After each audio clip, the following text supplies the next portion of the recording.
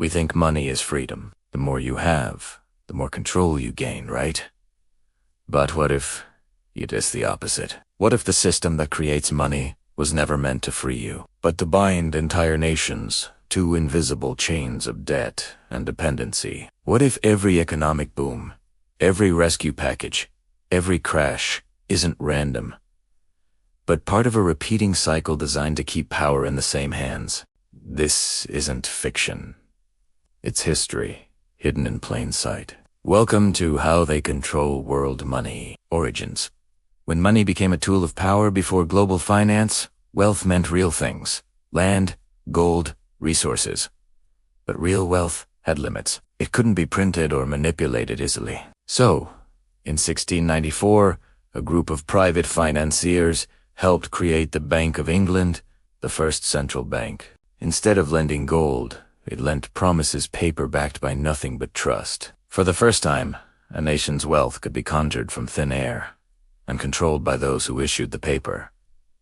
It was brilliant and dangerous, because once governments learned they could borrow endlessly, the lenders gained leverage that rivaled money. Money had become power, not just economic, but political.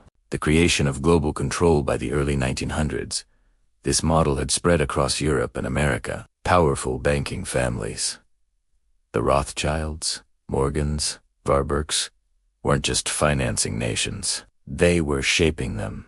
In 1910, at a private meeting on Jekyll Island, U.S. senators and bankers designed the framework for what became the Federal Reserve System, a central bank for the United States, controlled by private interests, but given government authority. In 1913, it became law.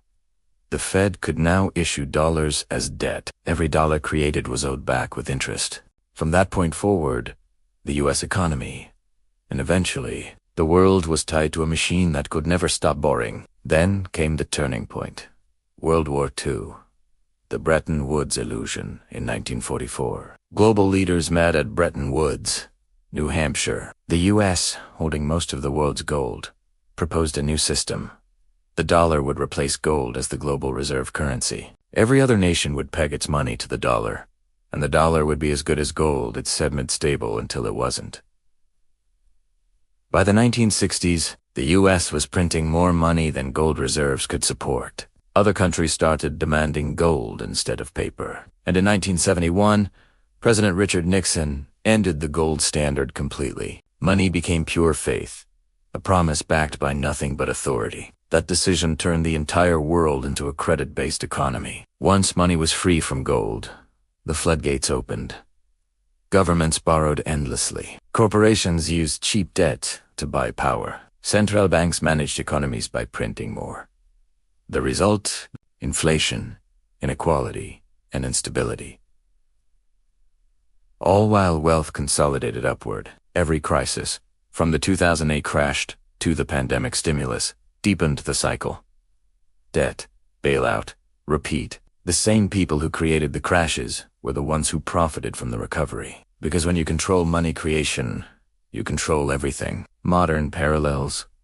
The new digital stage. Today, global debt exceeds $320 trillion. That's more than 3 times the world's. Annual production. Over 60% of all U.S. dollars were printed in just the past 5 years. And now, a new system is emerging.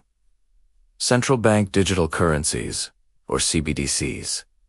They promise convenience and safety. But behind the curtain lies total control.